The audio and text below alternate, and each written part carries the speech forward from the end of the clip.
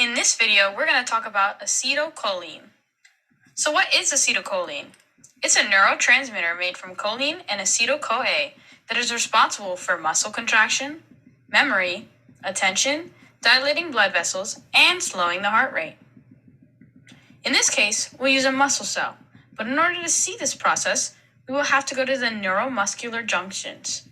Neuromuscular junctions are where neurons are near muscle cells in order to go through paracrine or local signaling. The signal starts in the presynaptic neurons. These neurons receive signals to release the acetylcholine into the synaptic cleft, which is the space between the neuron and the postsynaptic cell. The membrane of the muscle cell has gated ion channels that have nicotinic acetylcholine receptors on them. These receptors are called nicotinic because nicotine can also bind to them.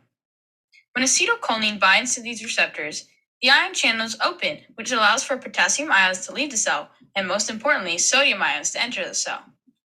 The travel of these ions causes a depolarization of the muscle cell. The depolarization of this muscle cell leads to generation of action potential, and this action potential causes muscle contraction to happen.